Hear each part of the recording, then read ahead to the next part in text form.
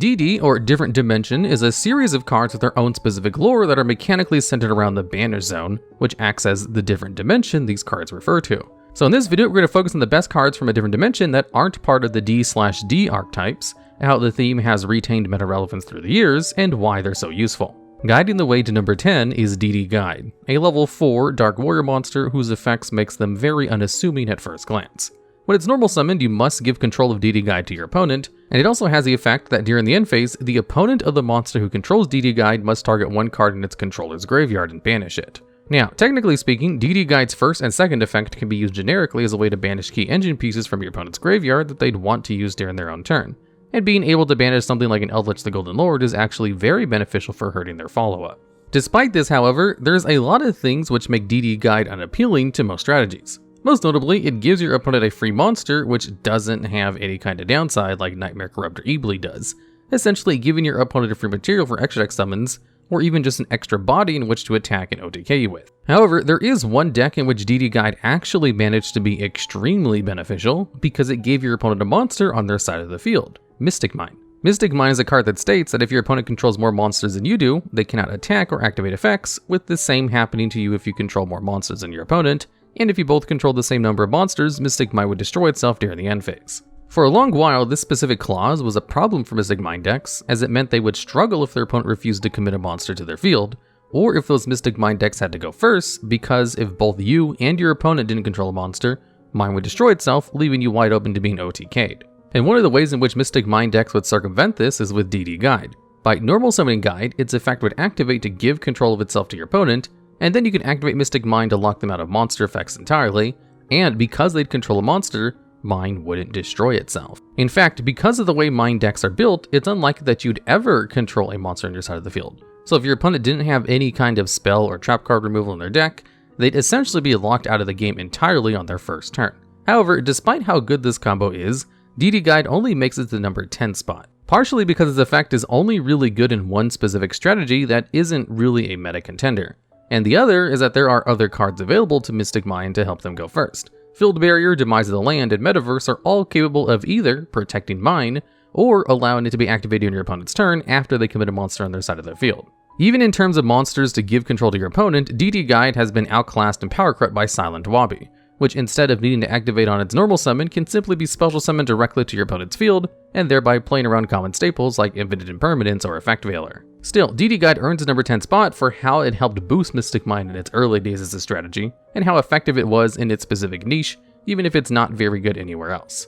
And speaking of cards that fill a very specific niche, making her way as an explosive entrance to number 9 is D.D. Dynamite, a normal trap card that you will no doubt be familiar with if you've played Master Duel. Yet, despite being so infamous, D.D. Dynamite has the relatively simple effect of inflicting 300 damage to your opponent for every one of their cards that's banished. In the TCG, D.D. Dynamite hasn't really done anything too notable other than occasionally pop up in burn strategies like Chain Burn, or more modernly in Trickstar as a tech choice to deal large amounts of burn damage to your opponent as you resolve Trickstar Reincarnation to banish their hand. But in Master Duel, D.D. Dynamite was actually the centerpiece of an FTK, which was so prominent that D.D. Dynamite was eventually semi-limited in the game's ban list.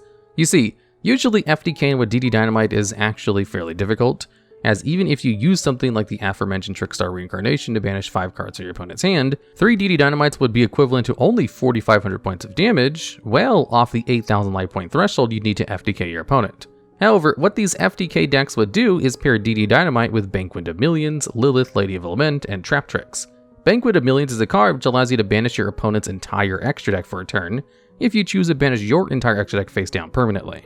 While Trap Trick and Lilith act as extra copies of both Banquet and D.D. Dynamite to ensure maximum consistency. So, if you choose to banish 15 cards from your extra deck, your opponent would then need to banish 15 cards from their extra deck, which means that a single D.D. Dynamite could be used to deal 4,500 points of damage to your opponent.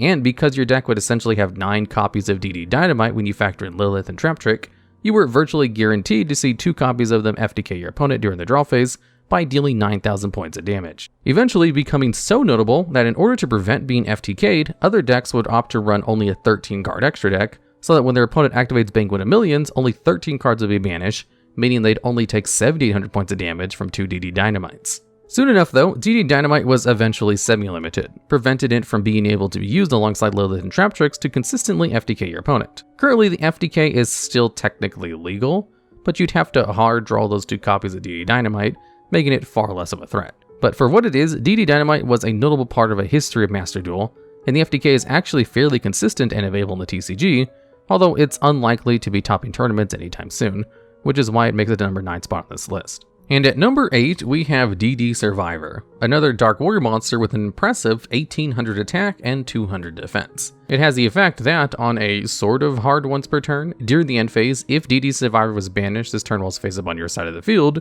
you must special summon D.D. Survivor from the banish zone, allowing for it to be constantly recurred during each end phase if it's removed from the field.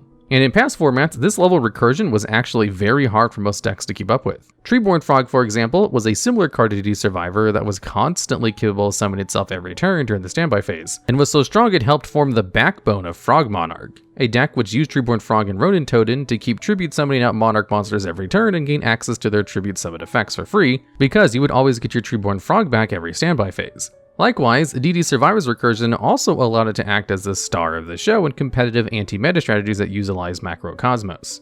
With Macrocosmos, you could summon out a Helios the Primordial Sun from your hand or deck, but the important part is that it was on the field, every card that would be sent to the graveyard would get banished instead. So, you would use Macrocosmos in order to floodgate your opponent out of being able to send cards to the graveyard to either activate an effect like Brotherhood of the Fire Fist Gorilla, which would otherwise pop Macrocosmos, or prevent them from setting up their own graveyard with light and dark monsters to summon out something like Blockluster Soldier and Void of the Beginning. But for as powerful as Macrocosmos is in floodgating your opponent out of their graveyard, it doesn't necessarily win the game on its own, which is why D.D. Survivor comes in, as when it would be destroyed or sent to the graveyard under Macrocosmos, D.D. Survivor would instead be banished, which means during the end phase, you get to trigger its effect to spell to summon itself back to the field, essentially meaning you've lost no advantage. You could use this defensively in order to constantly have an 1800 attack beat stick to protect your life points from your opponent's boss monsters, or you could use D.D. Survivor proactively in order to set up your own board for tribute summons of cards like Caius the Shadow Monarch for free in the exact same fashion as Treeborn Frog. Nowadays, while Macrocosmos is still a good card and strong enough to be limited to 1 copy, D.D. Survivor's recursion is just too slow to really see any play in competitive or anti-meta strategies. And more often than not, banish and stun decks are going to want to use the normal summon on something like Grand Maju or an Inspector border to immediately cause an impact, rather than trying to slowly outvalue your opponent. Even Treeborn Frog, who was deemed too strong in its particular strategy that was eventually banned, is now not only off the list, but is also at 3 copies, simply because, like D.D. Survivor, its effect is just too slow to have any real impact on the game anymore. But for what it was, D.D. Survivor earns the number 8 spot on this list for helping to bolster Macrocosmos as an anti-meta strategy, as it essentially represented an infinite amount of value while floodgating your opponent out of the game. Although the card is currently unlikely to see current meta representation, it was at least extremely valuable in older formats, just like the next card on this list. And designated to number 7 is D.D. Designator, a normal spell with a pretty interesting effect that's capable of scouting and sniping cards out of your opponent's hand. In order to activate it, you need to declare any card name, and then you get to look at your opponent's hand. If they have a card with a declared card in their hand, you can banish that card. But if they don't have a card with a declared name in their hand, you must banish 1 random card from your hand instead. Now, the reason why D.D. Designator has seen a decent amount of competitive play is due to its role in older formats like GOAT. During these older formats, cards like Sangyan, Magician of Faith, and Magical Merchant were all amazing staples that could add some of your best cards and removal options to your hand after their effects triggered. You could use Sangyan to search for removal options like Exiled Force, or use Magician of Faith to add Pot of Greed that's in your graveyard to draw another 2 cards. And the usual way in which these cards would trigger their effects is when being attacked over and destroyed by battle, giving your opponent some great follow-up options by the time their turn rolls around. And this is where D.D. Designator can prove vital. If your opponent has added a card to their hand that you're aware of after using the effect of a card like Magical Merchant, you can use D.D. Designator in order to snipe out that card from their hand and remove their follow-up. Now, in the modern era, while this effect can certainly be useful, the specific use of D.D. Designator is just a little bit too weak to really justify. But that doesn't mean the card is completely useless. In fact, it's still quite formidable, just for a different reason. Nowadays, instead of calling a specific combo piece you're worried your opponent has drawn, you can instead call a very specific hand trap that's capable of ending your turn. So if you're playing Salaman Great Deck, and you had a hand that was capable of playing through every hand trap apart from Nibiru the Primal Being, you could use D.D. Designator to call Nibiru.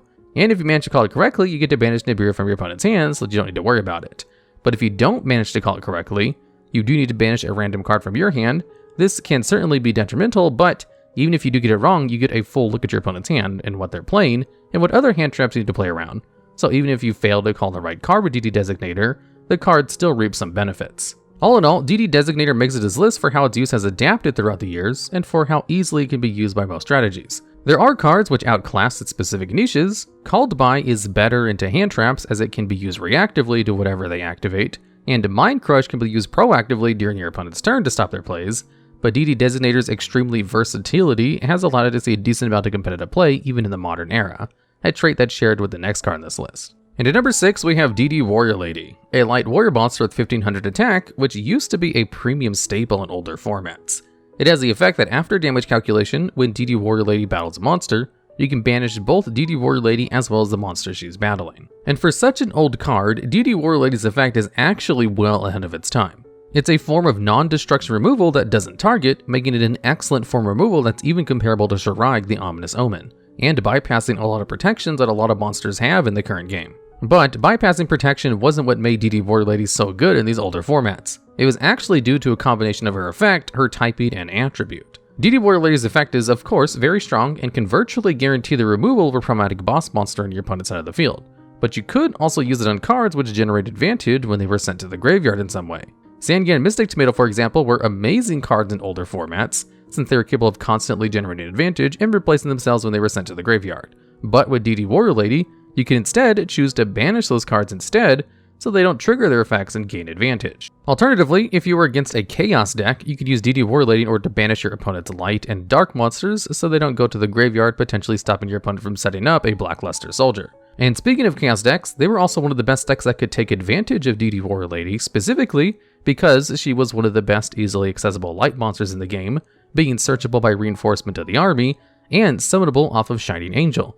And because her effect is optional, if you needed a light in your graveyard to summon out something like a Chaos Sorcerer, you could simply let your D.D. Warrior Lady be destroyed by battle. And this ease of accessibility led to D.D. Warrior Lady becoming one of the most common staples of older formats. While decks like Chaos and Warrior Toolboxes could take the most advantage of D.D. Warrior Lady, she was used in a lot of different strategies as an easy way to remove big boss monsters like Jinzo from the field. In the modern metagame, while D.D. Warrior Lady's effect is a great removal option, there's a lot that you have to give up in order to use it. You need to normal summon her to the field and give up your battle phase for an effect that's only really capable of dealing with a single monster your opponent controls. In comparison, a card like Evenly Match also forces you to give up your battle phase, but is capable of almost clearing your opponent's entire field. Yet, despite these downsides, D.D. Warrior Lady actually managed to see a large resurgence of play during a Tier 0 format in 2015, the Necroz format. During this particular format, Necroz decks were capable of summoning out a Necroz monster by using Jhin Releaser rituals by banishing her from the graveyard, preventing your opponent from special summoning any monsters. This was a problem for other Necroz decks and other strategies that relied on special summoning monsters to the field, as they wouldn't be able to ritual summon out their own monsters in order to mount a counterattack, and instead would have to rely on their normal summon to out the board.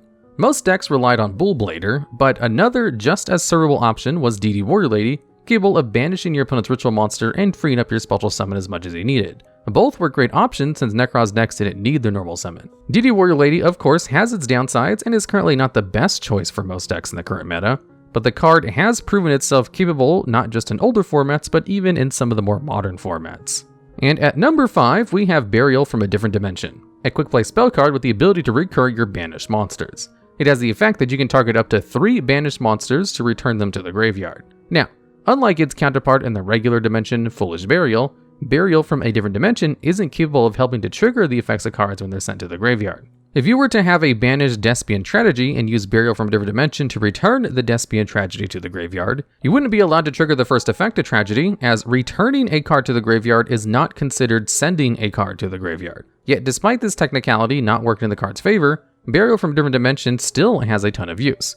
While you may not get the chance to activate a trigger effect that occurs in the graveyard, you can use Burial to set up your graveyard with either monsters required for another card summoning condition, or cards with good ignition effects like Fairy Tale Snow. So in the previous example featuring Despian Tragedy, while you don't have access to the card's first effect, you can activate its second effect to set a branded spell or trap card from your graveyard to your field. And this becomes even better with cards that have ignition graveyard effects that have no hard once per turns. For example, there are a lot of decks in Yu-Gi-Oh! Which heavily rely on a zombie engine in order to act as extension and further their plays. Most notably, pure Zombie World, Light Sworns, and Grass decks, all use this engine to great effect as they were capable of setting up their graveyards with the vital zombie monsters like Mezuki. And Mezuki has the effect that you can banish it from your graveyard in order to target a zombie monster in your graveyard and special summon it, essentially allowing you to reborn monsters for free. And this effect became even better while you have Zombie World up, as you'd be able to reborn any monster in the game. And this turns Burial from a Different Dimension into a powerful combo piece. You see, because Mezuki has no hard ones per turn, you can keep using its effect provided you have Mezuki in your graveyard to banish.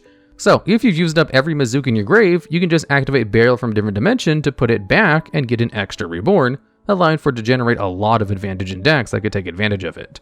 And the deck that could take the most advantage of Burial was Infernoids. This is because, other than Infernoid Decatron, every main deck Infernoid monster can be special summoned from your hand or graveyard by banishing other Infernoid monsters from your hand or graveyard. And this is actually somewhat costly, as the more Infernoid monsters you banish, the fewer options you have to special summon, or to use for another Infernoid summoning condition. But using Burial from a Different Dimension, you can return those Infernoid monsters to the graveyard to either special summon other Infernoids, or the ones you returned, allowing you to extend further and build up a big board of monsters. Currently, Burial from a Different Dimension doesn't have a home in the current metagame. A lot of modern decks that use the Banish Zone, like Flounderize and Branded Despia, have their own ways of recurring advantage that don't require outside assistance. But despite that, Burial from a Different Dimension is a very strong enabler that's generically usable by banished decks. And at number 4, we have Different Dimension Ground. This is a normal trap card with only a single line of text which states that this turn any monster that's sent to the graveyard is banished instead. And there are a lot of cards which have a similar effect to floodgate your opponent out of being able to use the graveyard as a resource by ensuring that important cards that would be sent to the graveyard get banished instead. And each of these cards have had their own specific upsides. Macrocosmos and Dimensional Fissure are continuous, which means they permanently lock both players out of the graveyard. Dimension Shifter is a hand trap that can surprise opponents during either player's turn, and cards like Master of Dark Law and Virtual World Kyuubi Shenshin are both easily accessible extract options. In the case of Different Dimension Ground, it being a normal trap is what makes it so appealing. While a card like Dimension Shifter is certainly strong, it requires that you have no cards in your graveyard in order to activate it, meaning that you can only really use Dimension Shifter if your deck already doesn't care about the graveyard. But with Different Dimension Ground, you can go through your entire turn, utilize your own graveyard to set up your own board, and then during your opponent's turn, you can flip up Different Dimension Ground in order to stop your opponent from using theirs.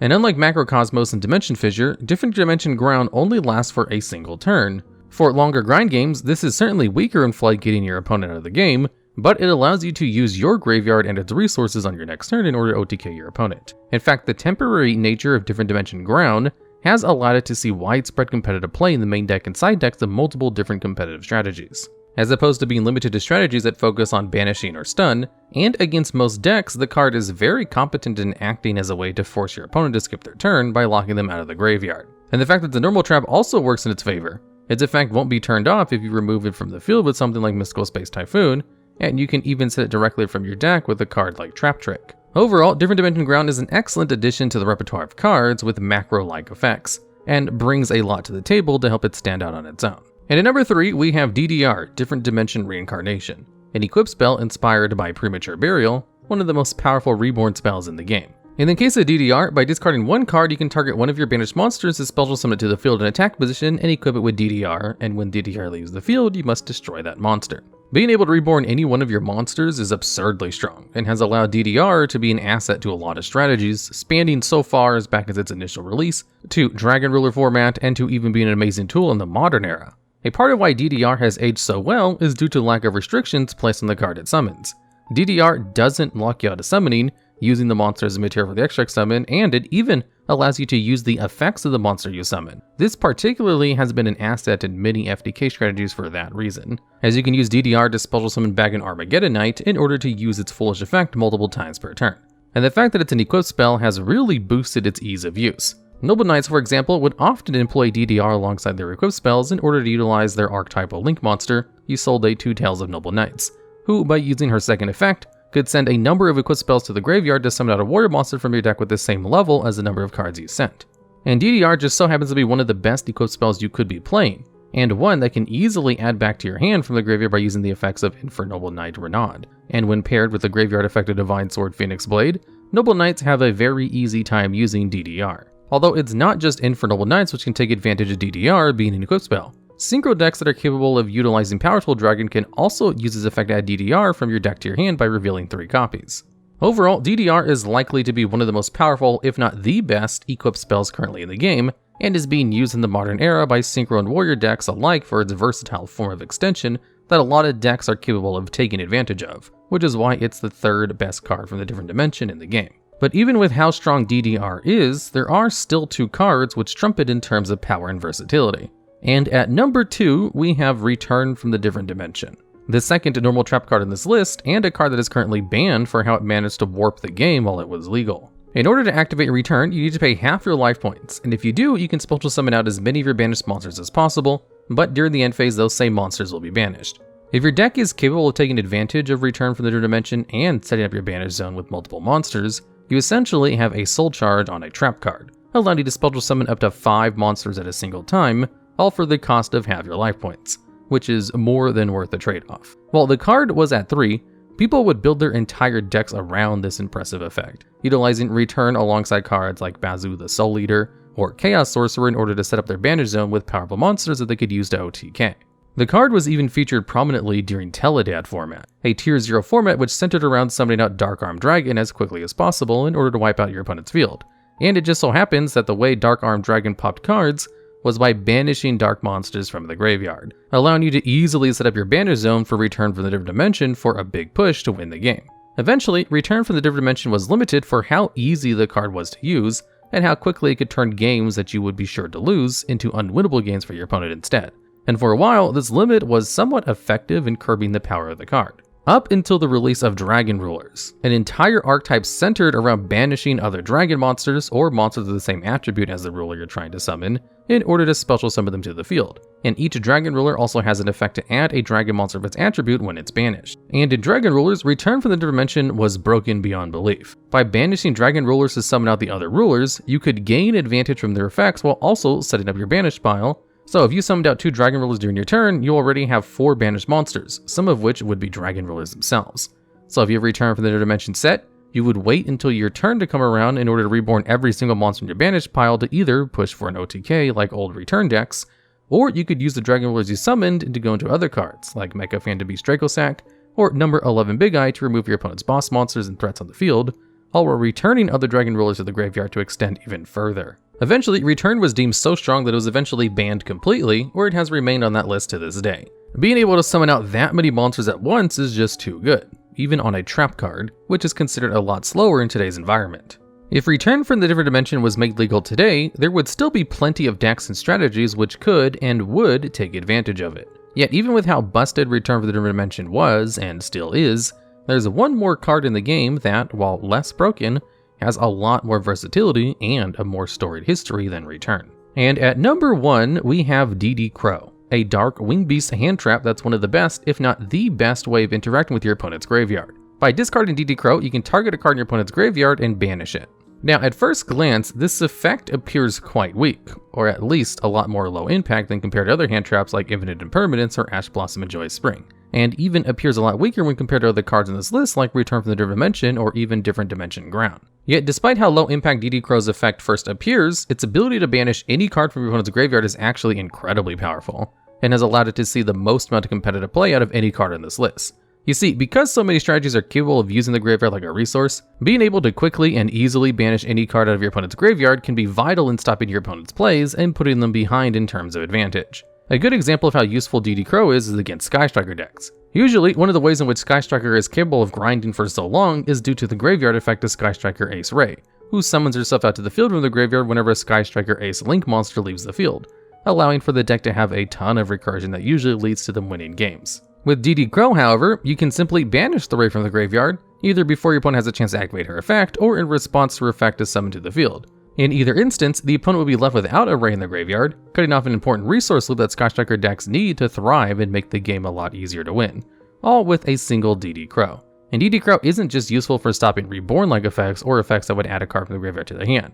It can also be used preemptively in order to ruin your opponent's graveyard setup before they have a chance to get a certain card or effect out. This was how D.D.R was often used in TheDuelLogs format, banishing dark monsters from the graveyard in order to stop Dark Armed Dragon from being able to be summoned, and is used in the exact same fashion in the modern era, though is currently more likely to be banishing cards like Water Enchantress of the Temple and Destiny Hero Destroyer Phoenix Enforcer, rather than needing to worry about Dark Armed Dragon. D.D.R is a card that's always going to be good in some capacity or another, as being able to snipe cards out of your opponent's graveyard has a ton of utility that's allowed it to be useful in most situations that involve the graveyard. It may not be as inherently strong as other cards in this list, but well-timed D.D. Crows can be game-winning on their own, which is why it's the best card in the game that came from the different dimension. Alright, and that's the list. If you know of any other D.D. cards we may have missed, or have any ideas for future videos just like this one, please let us know down in the comments.